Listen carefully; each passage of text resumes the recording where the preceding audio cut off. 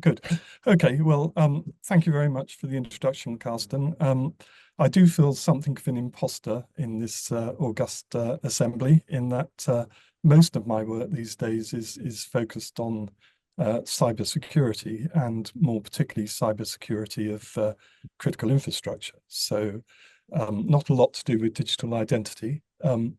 Also, looking at the title that I've offered for this talk, the future may look a bit odd in this title, given that I'm actually going to be talking about stuff, some of the stuff I'll be talking about stems from the Second World War, and onwards from there.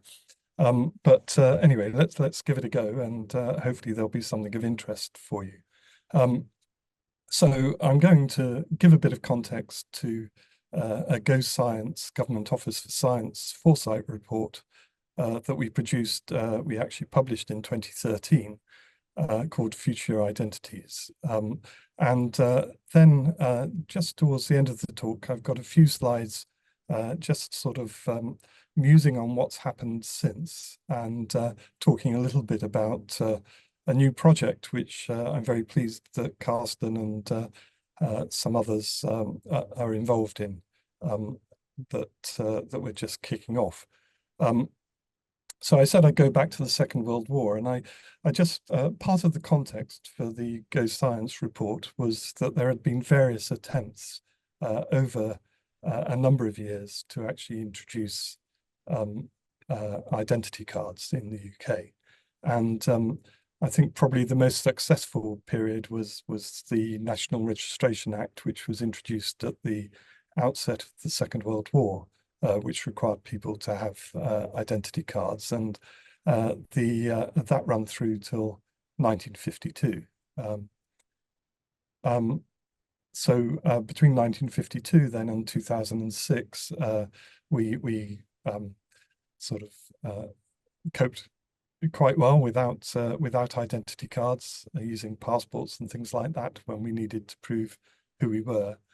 And then the Labour administration in 2006 introduced an Identity Cards Act, which basically met with lots of resistance and was never fully implemented, and in fact was repealed by the coalition government in 2011. But the one thing that kind of persisted was biometric residence permits. So from 2008 onwards, immigrants to the UK were required, with the right of residence in the UK, were required to have a biometric residence permit. And as far as I can determine, maybe someone on the call knows better than I do, but that is still the case. So that is a kind of remnant from the Identity Cards Act 2006, which has persisted, but actually only applies to immigrants to the UK rather than citizens. So with that kind of backdrop, I was very pleased to see that Edgar Whiteley is on the call today. He'll recall, and in fact he has recalled in a direct message to me, that basically we worked together. I directed a UKRI EPSRC sandpit in 2010, actually, called Who Do You Think You Are? So WDYTYA. And the project sort of started up in 2011, and we ended up funding four projects, which do have some relation to, or some of them at least have relation to digital identity. In particular, the Super ID project looked at what could be learnt about identity from people's usage of, amongst other things, it looked at what could be learnt about identity from people's usage of IT, and in particular was able to sort of gather metrics like pressure on the keyboard and so on, to try and make certain decisions about the likelihood of the identity of the person actually using the IT. There was something which looked at issues of sort of space and where people were, and looked at those kind of spatio-temporal aspects of identity, called Uncertainty of ID. That was led by Paul Longley from University College. There was a short scoping project which was called Identity Scope, And finally, there was something called Imprints, which was about identity management. And in particular, it was looking at questions like why do people happily give away personal details in order to get a loyalty card from a superstore, but are much less willing to give away information about their identity to government agencies, for example.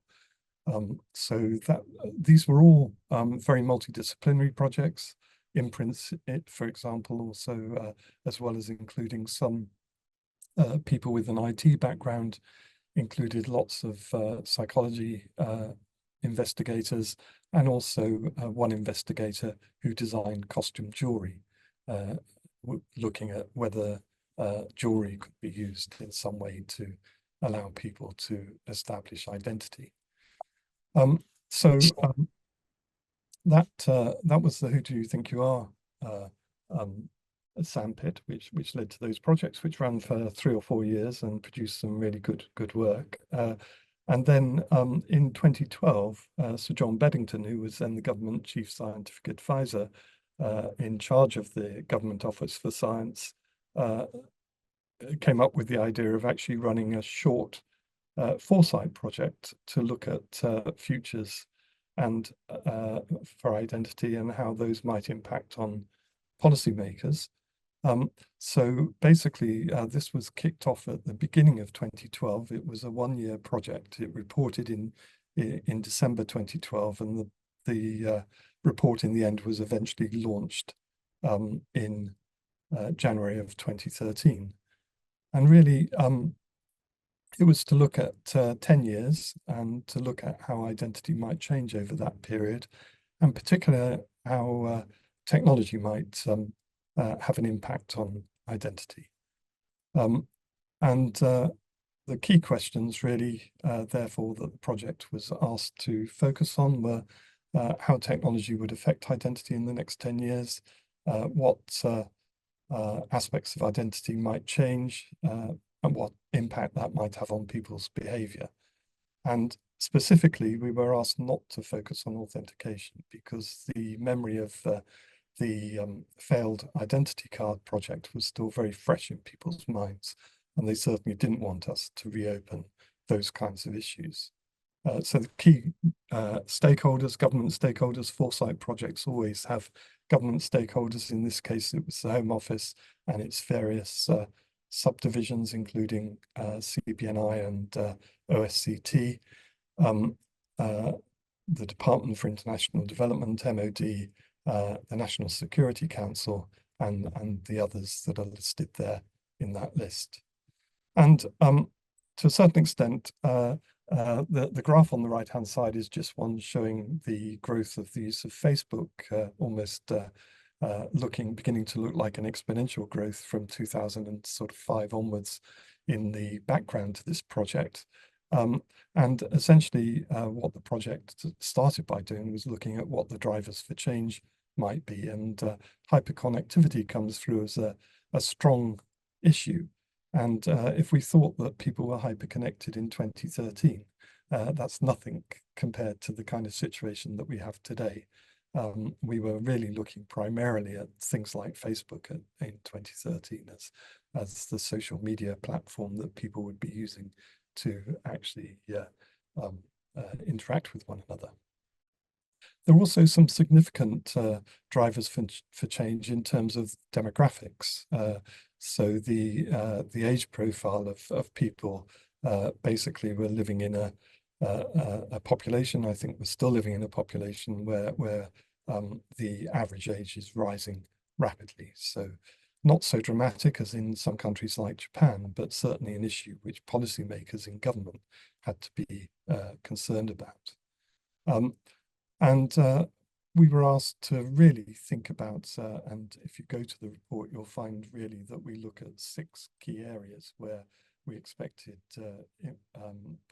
changes in identity to have implications for policymakers, crime and criminal justice being a fairly obvious one, but in this post-pandemic age, health, environment and well-being clearly being very important too, skills, employment and education.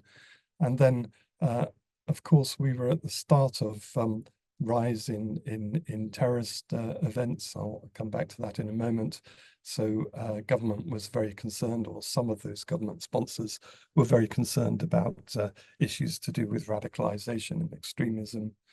And then we were also asked to look at social mobility and social integration as other areas where changes in identity might have policy implications. So we saw identity really as being made up of a variety of different things, and people really having many identities coexisting at any particular time. Particularly, we thought people have a social identity, so how they interact with their community, their family, etc. Biographical identity, which is something that's sort of given to, a lot of it is given to them at birth, but we'll see how that may be changing a little bit these days. And then there was biometric identity, which is here in the dotted sort of circle on the Venn diagram, because basically this was what we were warned off really from looking at in any great detail in 2013. We saw identity as something very contextual, co-created with other individuals, and also saw identities as being effectively, potentially weaponized, being something which could make people feel included in groups, but also act to exclude others from those groups, and potentially as a resource. And I guess subsequently we've seen people like Shoshana LeBoeuf talk about surveillance capitalism and how some of the big US companies may be monetizing certain aspects of identity. The spider charts on the right-hand side show how in different contexts people might emphasize different aspects of their identity. And I think probably in this very brief presentation, which I'm probably almost already running out of time for, I won't go into any details of that, but you can see how the context shown here at work, at home, voting in a general election, which may be very pertinent at the moment, and social media, and how different aspects of identity become more or less emphasized. In the report, we have a number of different persona and show how of different age groups and different perspectives, and show how these different aspects of identity might play out in those different persona. So we ended up identifying three trends that would impact on identity in the 10 years 2013 to 2023. Hyperconnectivity, I've mentioned already, increasing social plurality, and because of the extensive and growing use of social media, the blurring of public and private identities. And this also had a kind of age-related aspect to it as well.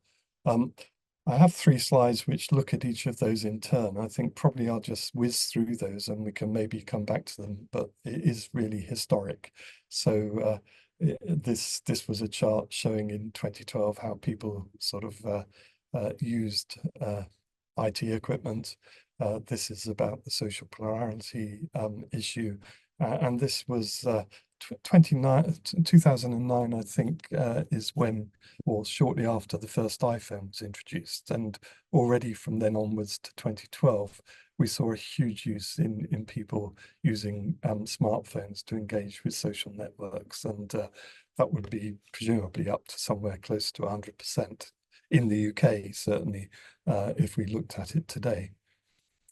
So that's really all I wanted. That's a very quick whistle-stop tour of the Future Identities report, which is still available online. At one point, and I believe possibly still now, it was the most downloaded of the Foresight reports that have been produced. A lot's happened in the intervening years.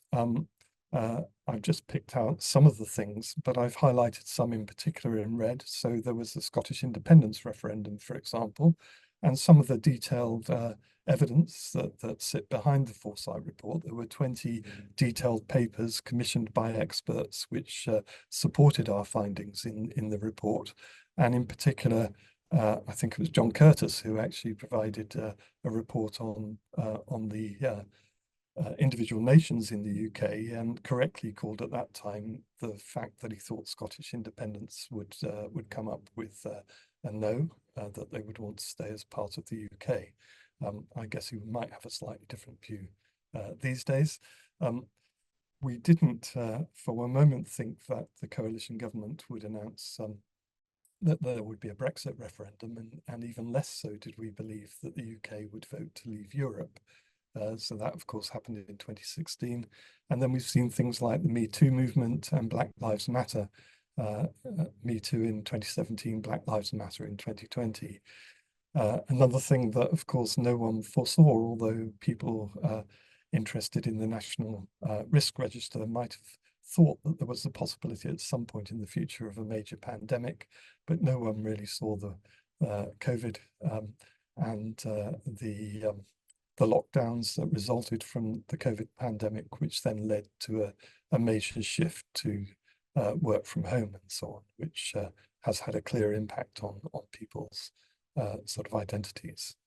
And then the final thing I've highlighted there is a very recent thing, which is the Illegal Migration Act. So there's been quite a lot going on. A lot of the things which I haven't highlighted are to do with terrorist attacks and so on that have happened during that time. But there's also, very importantly, the Gender Recognition Act, and in particular Scotland sort of making the first move on that. The acceptance of same-sex marriages in Northern Ireland. All of these have an impact on identity as a social construction, maybe less so than on trustworthy digital identities, which is really the main interest of this group.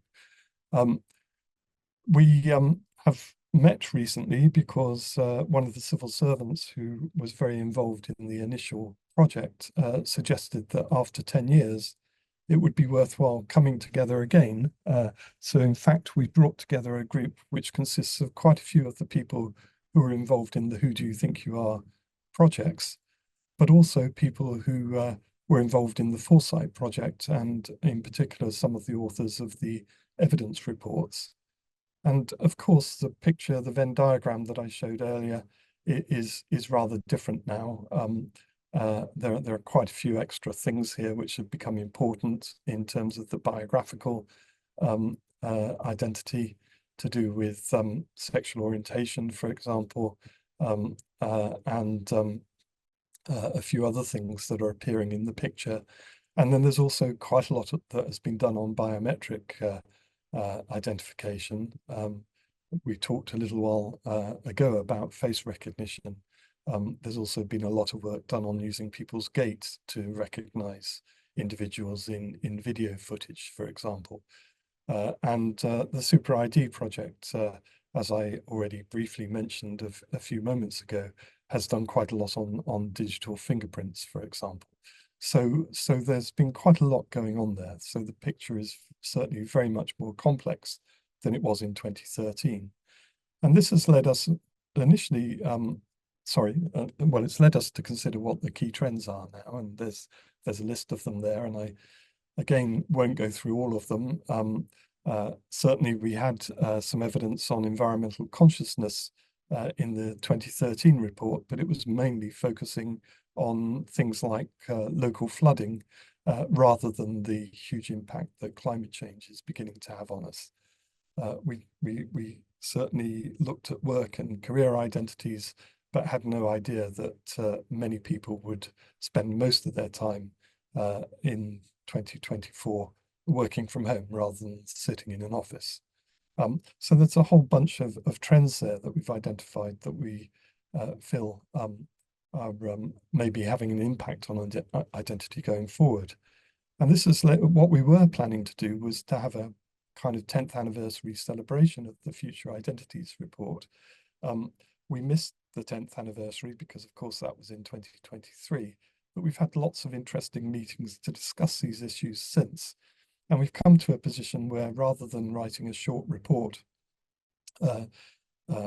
basically looking at the impact of that 2013 report, we've now moved on to a project which is looking at maybe producing a book on identities for the next 10 years. And we've got a number of people signed up to writing chapters for that book.